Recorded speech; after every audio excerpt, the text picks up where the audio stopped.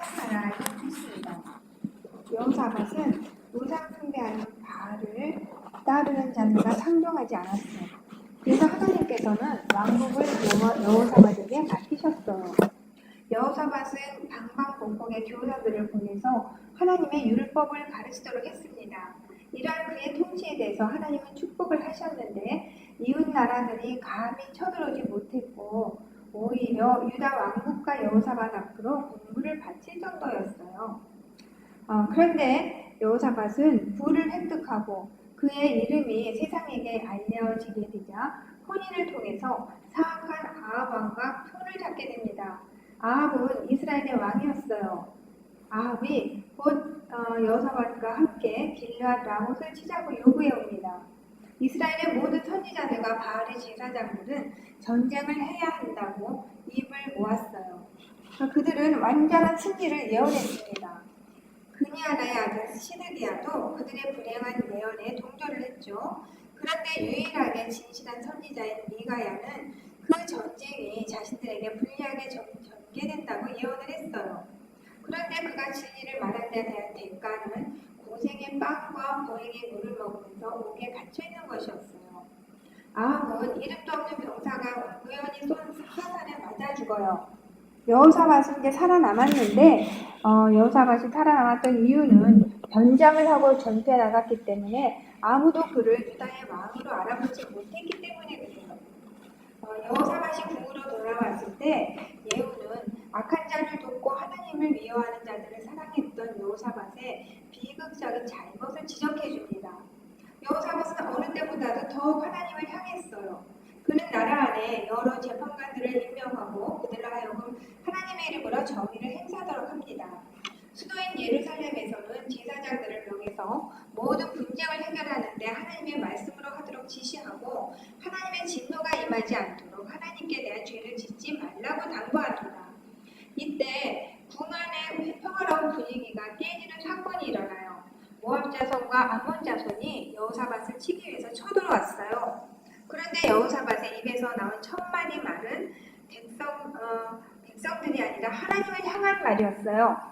그 말은 역대하 20장 6절에서 12절에 기록되어 있어요. 여호사밧은 자신의 무능함을 깨닫고 하나님께 도움을 청합니다. 여호사밧은 인간적인 방법을 중단하고 하나님께만 매달려요.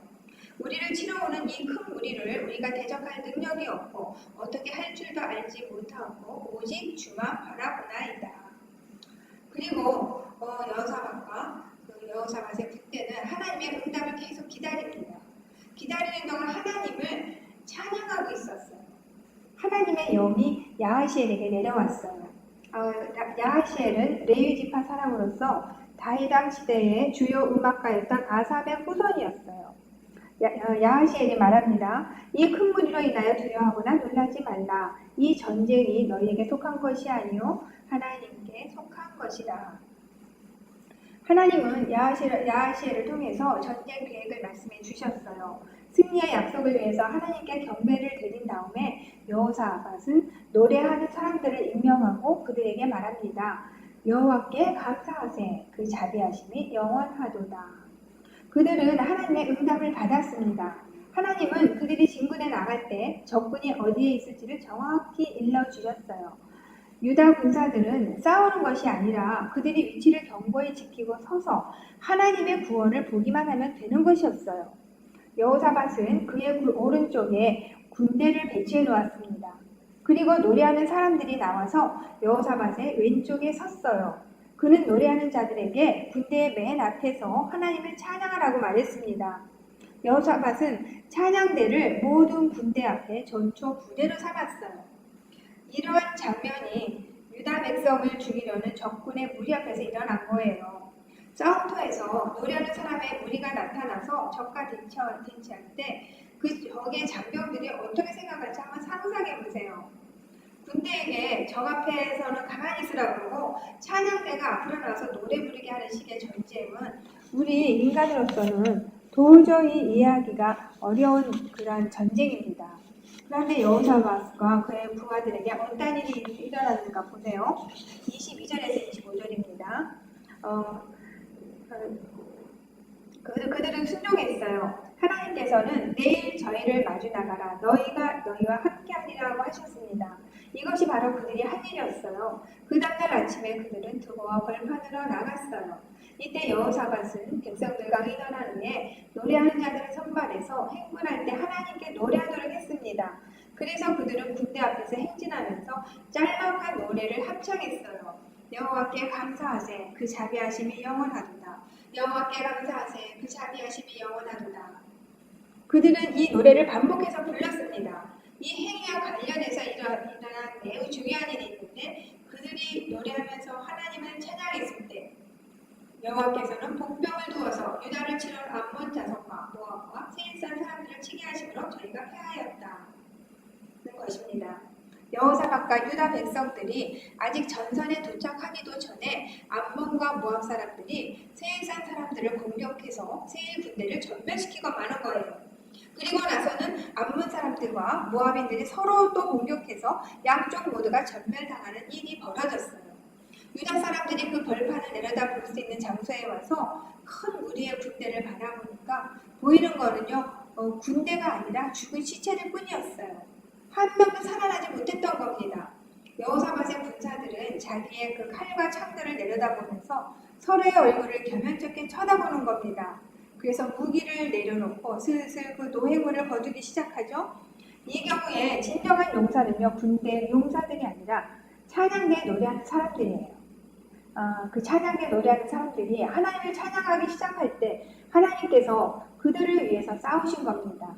군대의 병정들은요, 군인들은 손가락 하나 까딱하지 않았어요.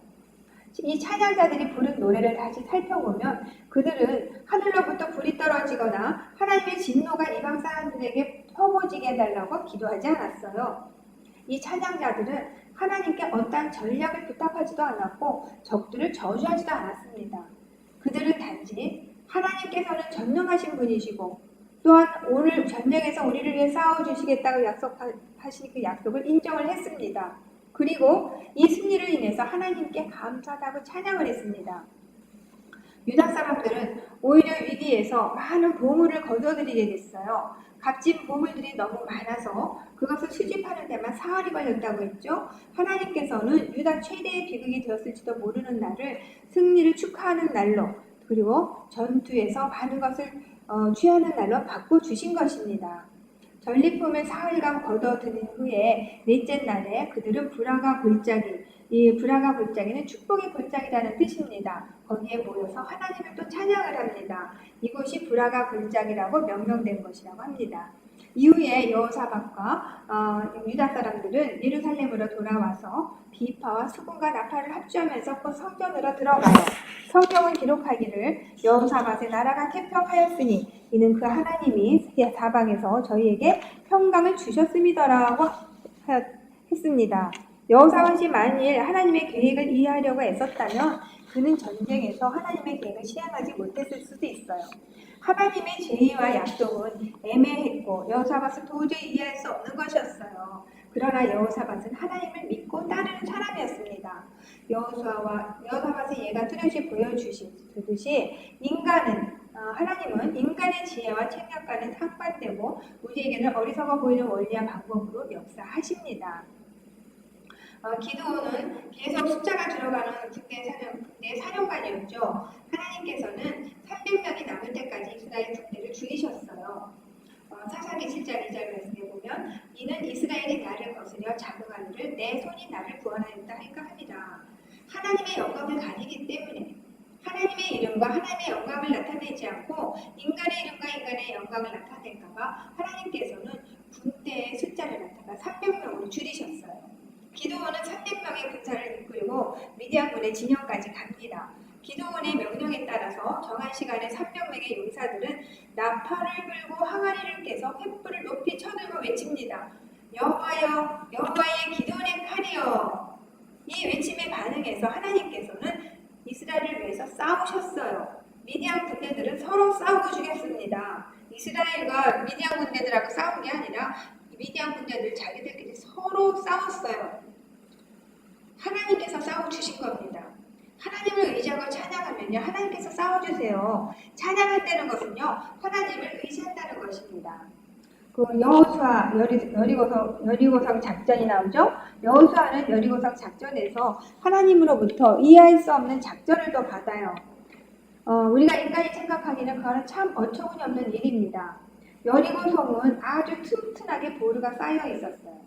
그리고 40년간이나 광야에서 헤맨 이스라엘 백성들은 그 성을 뺏을 만한 무기나 힘이 없었어요. 그러나 여호수아는 하나님께서 그들의 손으로 적을 몰아내시겠다고 하는 그 언약을 믿었어요. 하나님은 여호수아에게 줄을 지어서 엿새 동안 여리고성을 돌라고 말씀하셨습니다. 7번째 날에는 양각 나팔을 불고 소리를 질렀어요.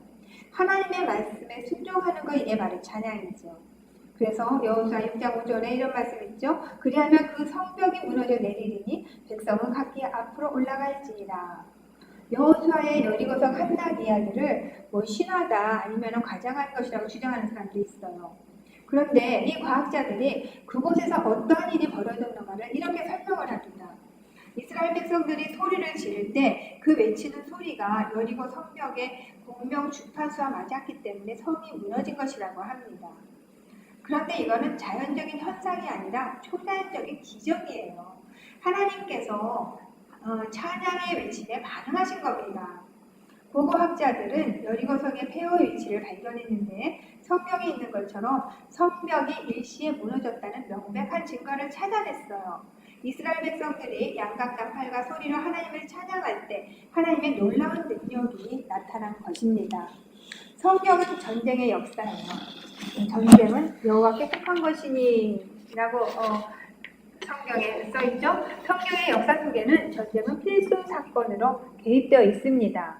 세상 마지막 날에는 예수님께서 친히 지상에 임재하셔서 세상 권력을 모두 파하시고 하나님의 의로운 나라, 즉 천년 왕국을 이루시게 됩니다.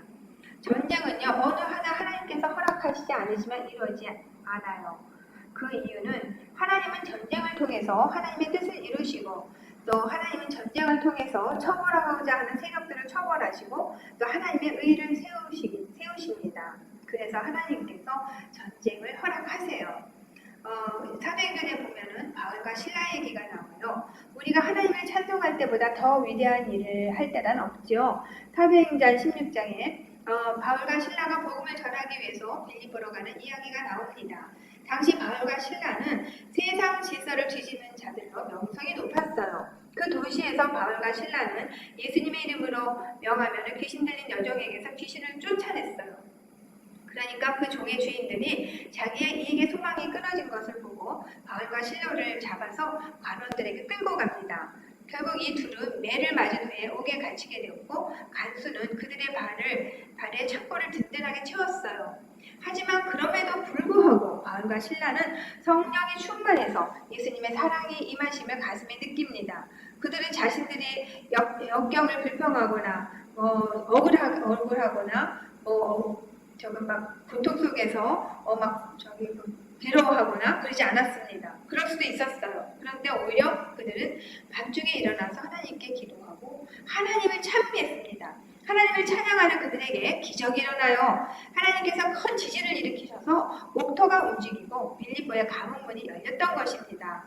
그 밤이 지나기 전 간수와 그 빌립보의 감옥문이 열렸던 것입니다. 그 밤이 지나기 전에 그 간수와 그 권석이 다 세례를 받았고 다른 모든 죄인들도 하나님께서 바울과 실라와 함께 하심을 알게 되었습니다. 하나님께서는요, 우리가 찬양을 시작할 때 우리 주변의 많은 원수들의 그 세력을 파하시고 하나님의 능력이 임하게 하심으로 우리 삶의 승리를 주십니다. 여호사밧과 여호수아의 군대가 원수를 쳐서 이기게 한 거, 하나님의 군대가 활동하게 한 거는 오직 하나님의 백성들이 하나님을 찬양을 믿는 겁니다. 찬양을 하면요 사탄과 마귀는 도망쳐요. 찬양하는 사람 옆에 오지 못합니다. 이와 같이 찬양은 우리로 하여금 하나님의 임재 가운데 들어가게 하고 또한 하나님이 우리 가운데 임하시게도 합니다. 그 결과 승리와 자유와 우리를 새롭게 하는 일들이 일어나는 거예요. 찬양 앞에 사단은 꼼짝 못합니다. 하나님을 찬양할 때 이 마귀는 포기하고 떠나요. 우리는 언제나 전쟁터에 서 있습니다. 우리가 전쟁에서 이길 수 있는 것은 바로 하나님을 찬양할 때입니다.